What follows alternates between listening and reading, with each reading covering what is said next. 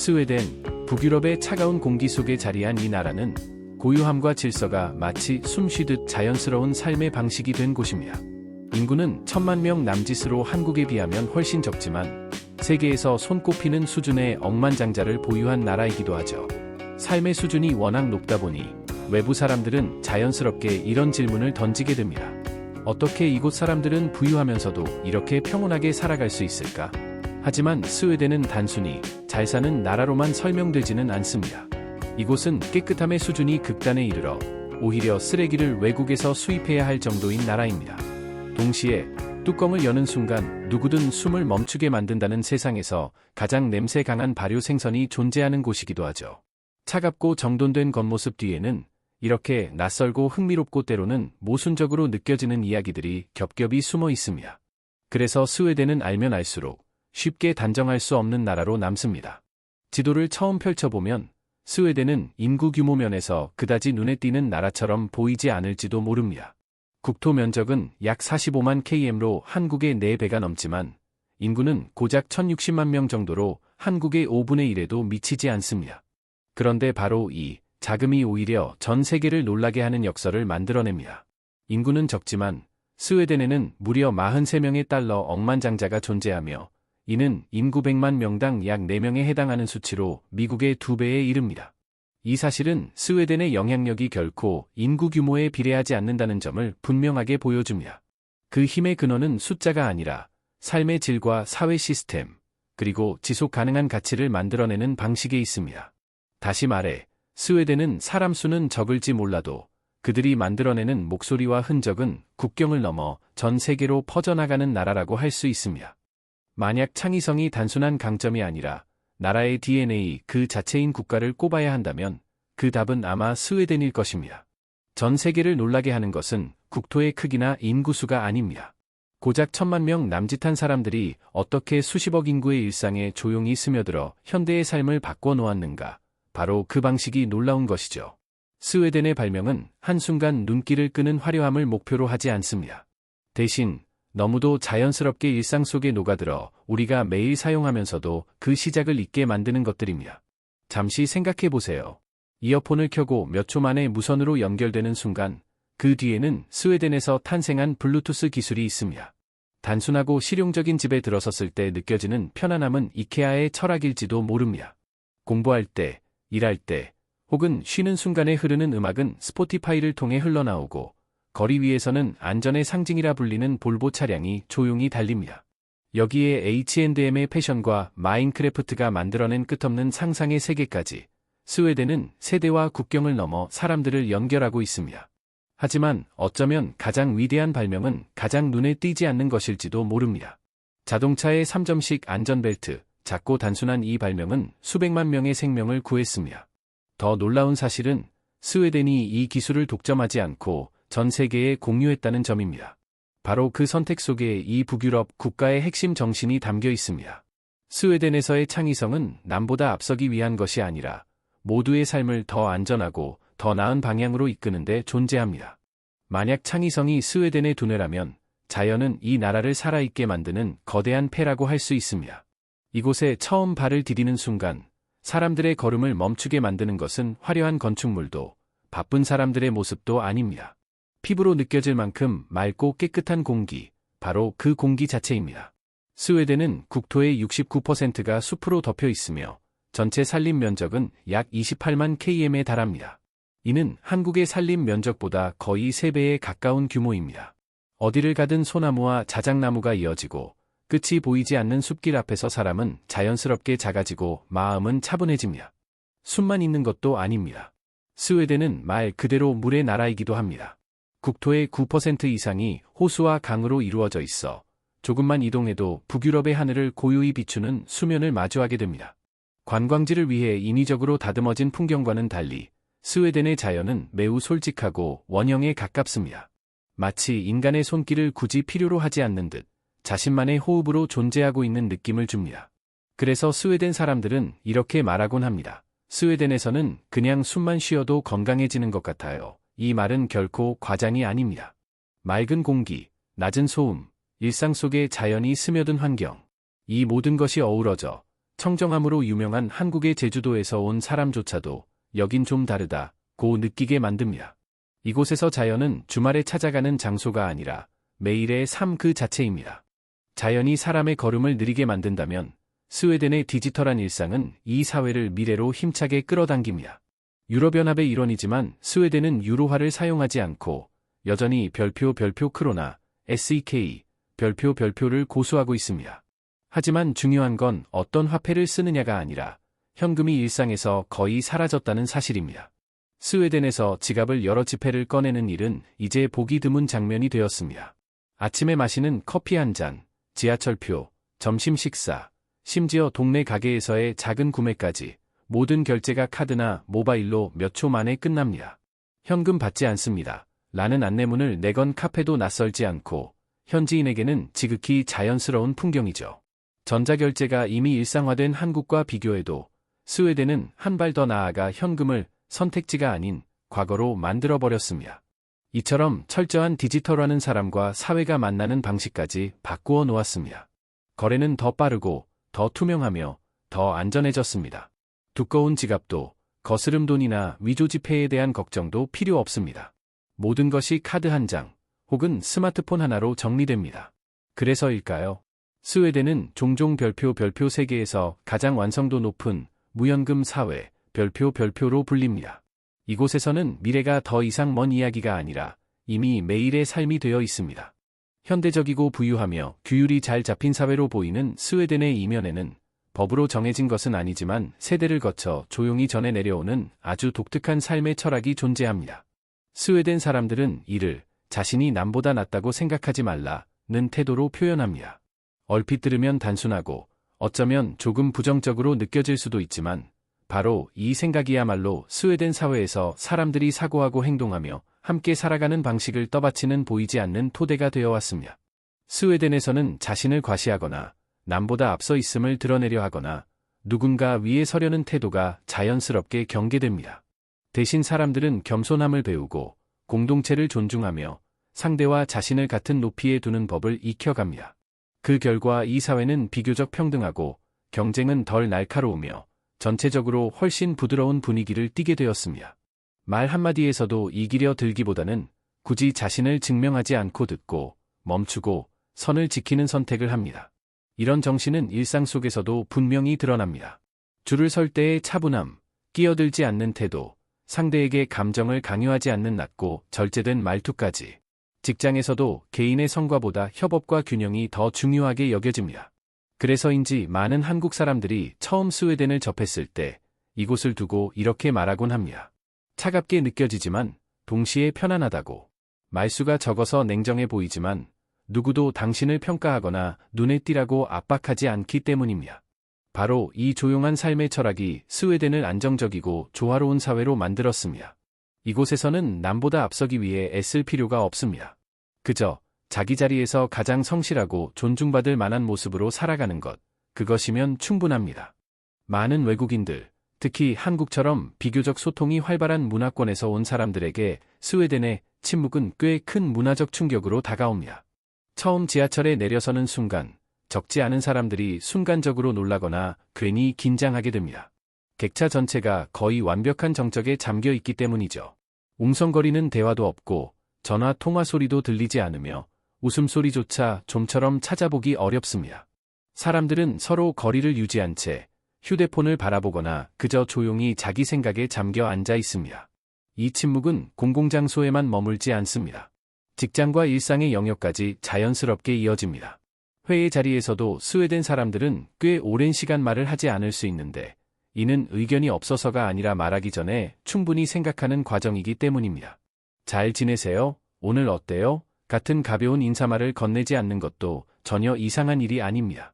이곳에서 말수가 적다는 것은 차가움을 의미하지 않습니다. 오히려 상대의 사적인 공간을 존중한다는 표현에 가깝습니다. 그런데 흥미로운 반전은 술이 등장하는 순간 찾아옵니다. 술자리가 시작되면 낮 동안의 조용함은 마치 거짓말처럼 사라집니다. 외국인들 중에는 저녁에 바에 들어섰다가 낮에 보았던 사람들과 같은 인물이라는 사실을 믿기 어렵다고 말하는 이들도 있습니다. 스웨덴 사람들은 훨씬 개방적으로 변하고 서로를 안으며 웃고 놀라울 만큼 친근해집니다. 하지만 다음 날 아침이 되면 모든 것은 다시 원래대로 돌아옵니다. 차분하고 절제되어 있고 말수가 적은 모습으로요. 마치 전날 밤이 없었던 일처럼 말입니다. 바로 이 극적인 대비가 스웨덴을 한번 경험한 사람들의 기억 속에 오래 남는 독특한 문화가 됩니다. 만약 낮의 침묵만으로도 외국인들을 충분히 당황하게 만든다면 스웨덴 북부의 겨울은 전혀 다른 차원의 시험이라 할 수 있습니다. 그것은 한국의 혹독한 겨울보다도 더 힘들게 느껴질 수 있는데 이유는 추위 때문이 아니라 어둠 때문입니다. 북부 지역에서는 대략 11월부터 1월까지 태양이 아예 떠오르지 않습니다. 낮과 밤의 경계가 흐려지고 땅 전체가 몇 주, 때로는 몇 달 동안 계속된 어둠 속에 잠깁니다. 이 현상을 사람들은 폴라나이트, 폴러나잇, 극야라고 부릅니다. 그 시기에는 한낮에도 겨우 푸른빛이 감도는 희미한 빛이 잠깐 비칠 뿐, 곧 다시 사라집니다. 분명한 아침도 뚜렷한 저녁도 없습니다. 인간의 생체 리듬은 쉽게 흐트러지고 시간에 대한 감각 역시 점점 모호해집니다. 많은 이들이 이 시기에 하루가 언제 시작되고 언제 끝나는지 모르겠다고 말합니다. 결국 사람을 가장 지치게 만드는 것은 낮은 기온이 아니라 오랫동안 지속되는 햇빛의 부재입니다. 스스로 겨울에 익숙하다고 생각했던 사람들조차 스웨덴에 와서야 깨닫게 됩니다. 추위는 견딜 수 있어도 어둠은 쉽지 않다는 것을요. 늘 당연하게 여겼던 빛이 이곳에서는 가장 귀한 존재가 됩니다. 아마 그래서일까요? 여름이 찾아오면 스웨덴 사람들은 햇살 하나하나를 놓치지 않으려 합니다. 마치 긴 밤의 시간을 견뎌낸 보상처럼 말이죠. 이런 극단적인 대비 속에서 스웨덴 사람들 특유의 차분함과 인내, 그리고 깊이 있는 성격이 자연스럽게 만들어진 것은 아닐지도 모릅니다. 스웨덴을 이야기할 때 전 세계를 놀라게 만드는 믿기 힘든 사실이 하나 있습니다. 바로 이 나라가 너무 깨끗해서 오히려 쓰레기를 수입해야 한다는 것입니다. 농담처럼 들릴지 모르지만 이는 아주 현실적인 이야기입니다. 스웨덴 사람 한 명이 1년에 배출하는 쓰레기는 평균 약 460kg로 다른 선진국들과 비교해도 결코 적은 양이 아닙니다. 그럼에도 불구하고 놀라운 점은 그 쓰레기를 어떻게 처리하느냐에 있습니다. 전체 쓰레기의 약 99%가 재활용되며 거의 아무것도 버려지지 않습니다. 재활용 시스템이 너무 잘 작동하다 보니 아이러니컬하게도 국내 쓰레기만으로는 시설을 돌리기에 부족한 상황이 되었습니다. 그래서 스웨덴은 매년 약 230만 톤의 쓰레기를 유럽 다른 나라들로부터 수입합니다. 이곳에서 쓰레기는 더 이상 버려야 할 것이 아니라 에너지를 만들어내는 자원입니다. 재활용이 어려운 쓰레기는 소각시설로 보내져 전기와 열로 바뀌고 그 에너지는 다시 사람들의 삶을 따뜻하게 데워줍니다. 그 결과 생활 쓰레기만으로도 약 95만 가구의 난방을 공급하고 25만 채 이상의 주택에 전기를 제공할 수 있습니다. 특히 길고 추운 겨울을 보내야 하는 스웨덴에서 이 시스템은 단순한 환경 정책을 넘어 삶을 지탱하는 중요한 기반이 됩니다. 환경 문제를 에너지 해법으로 바꿔낸 나라가 많지 않은 이유도 바로 여기에 있습니다. 스웨덴에서 쓰레기 분리는 형식적인 의무가 아닙니다. 일상의 일부이자 자연스러운 습관입니다. 슈퍼마켓이나 주거 지역에서는 빈 병과 캔을 넣으면 자동으로 금액을 환급해주는 기계를 쉽게 볼 수 있습니다. 하루 동안 병과 캔을 모아 넣으면 약 31크로나, 한국 돈으로 4,000원 정도를 돌려받을 수 있습니다. 큰 돈은 아니지만 제대로 버리는 행동이 작은 보상으로 이어지며 기분 좋은 경험이 됩니다. 물론 이 시스템은 매우 엄격합니다. 찌그러지거나 형태가 훼손된 캔은 인식되지 않아 환급이 되지 않습니다. 그래서 사람들은 버리는 순간이 아니라 사용하는 순간부터 조심하게 됩니다. 이런 세심함이 시스템 전체를 정확하고 효율적으로 유지시킵니다. 만약 누군가 재활용 규칙을 가볍게 여긴다면 스웨덴은 분명한 메시지를 줍니다. 쓰레기 처리 규정을 심각하게 위반할 경우 형사 처벌이나 실형까지도 가능합니다. 이곳에서 환경은 타협의 대상이 아니라 사회 전체가 지켜야 할 핵심 가치입니다. 그래서 스웨덴의 재활용은 요란한 구호 없이도 유지됩니다. 투명하고 공정하며 충분히 엄격한 시스템이 사람들로 하여금 스스로 지키게 만들기 때문입니다. 스웨덴의 음식을 이야기할 때 미트볼이나 연어에서 멈춘다면 아직 너무 안전한 선택일지도 모릅니다. 이 나라에는 전 세계에서 가장 강렬한 후각적 충격으로 불리는 음식이 존재하기 때문입니다. 바로 수르스트레밍, 서스트러밍, 더 솔직하게 말하자면 썩은 생선이라 불리는 발효 청어입니다. 이 음식은 16세기, 소금이 부족해 생선을 충분히 보관할 수 없던 시절에 탄생했지만 시간이 흐르며 스웨덴을 대표하는 가장 논쟁적인 음식 문화 중 하나가 되었습니다. 수르스트레밍이 유명해진 이유는 맛이 아니라 단연 냄새입니다. 많은 사람들이 이 냄새를 타이어가 탄 냄새, 썩은 달걀, 젖은 기저귀가 뒤섞인 향에 비유합니다. 처음 접하는 사람이라면 본능적으로 숨을 멈추거나 자리를 피하고 싶어질 정도로 강렬하죠. 발효 과정에서 발생한 가스로 인해 캔이 부풀어 오르기 때문에 이 생선은 대부분 실내가 아닌 야외에서 개봉합니다. 심지어 일부 항공사는 냄새 문제를 이유로 수르스트레밍의 기내 반입을 금지하기도 합니다. 그런데 아이러니컬하게도 이렇게 악명 높은 음식이 결코 저렴하지는 않습니다. 가격은 1kg당 약 11만 원 수준입니다. 스웨덴 사람들은 이 생선을 야른 빵, 삶은 감자, 양파와 함께 곁들이고 맥주나 차가운 우유와 함께 먹으며 충격을 완화합니다. 그들에게 수르스트레밍은 단순한 음식이 아닙니다. 외부인에게는 두려움의 대상일지 몰라도 스웨덴 사람들에게는 세대를 이어온 문화적 기억이자 매우 스웨덴다운 경험으로 남아 있습니다. 스웨덴을 떠올리면 많은 사람들이 이런 질문을 던집니다. 세금이 이렇게 높은 나라가 어떻게 늘 가장 행복한 국가로 꼽힐 수 있을까? 그 답은 한 가지 요소에 있지 않습니다.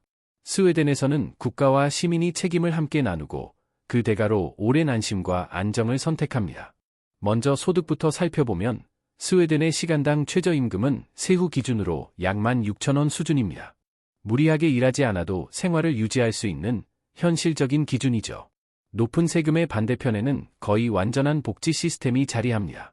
의료와 교육은 전면 무료여서 삶에서 가장 기본적인 비용을 걱정할 필요가 없습니다. 아이 한 명당 매달 약 17만 원의 아동수당이 지급되고 무엇보다 부모 모두가 육아휴직을 보장받습니다.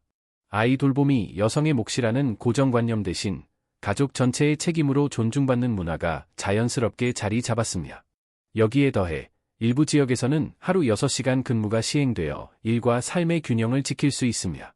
소득세가 별표 최대 60% 별표에 이르지만 많은 시민들은 이를 받아들이고 오히려 만족합니다.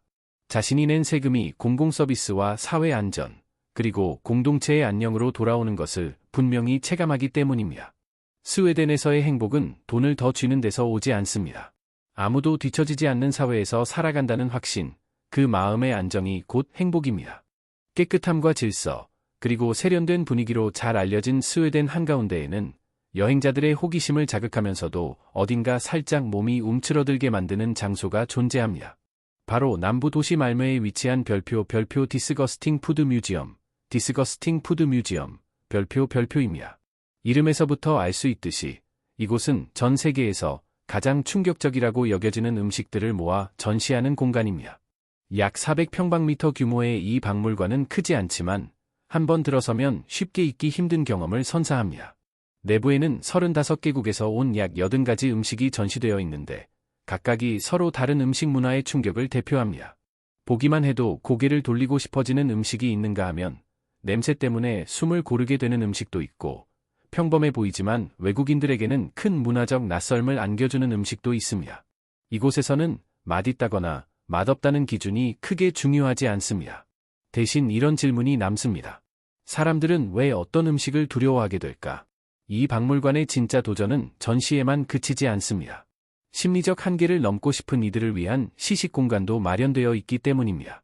이 독특한 세계에 들어가기 위한 입장료는 185크로나, 한화로 약 24,000원 정도로 결코 저렴하지는 않습니다. 하지만 많은 방문객들은 이 경험이 충분히 그만한 가치가 있다고 말합니다. 박물관을 나서며 남는 것은 단순한 충격이 아니라 아주 스웨덴다운 하나의 생각입니다.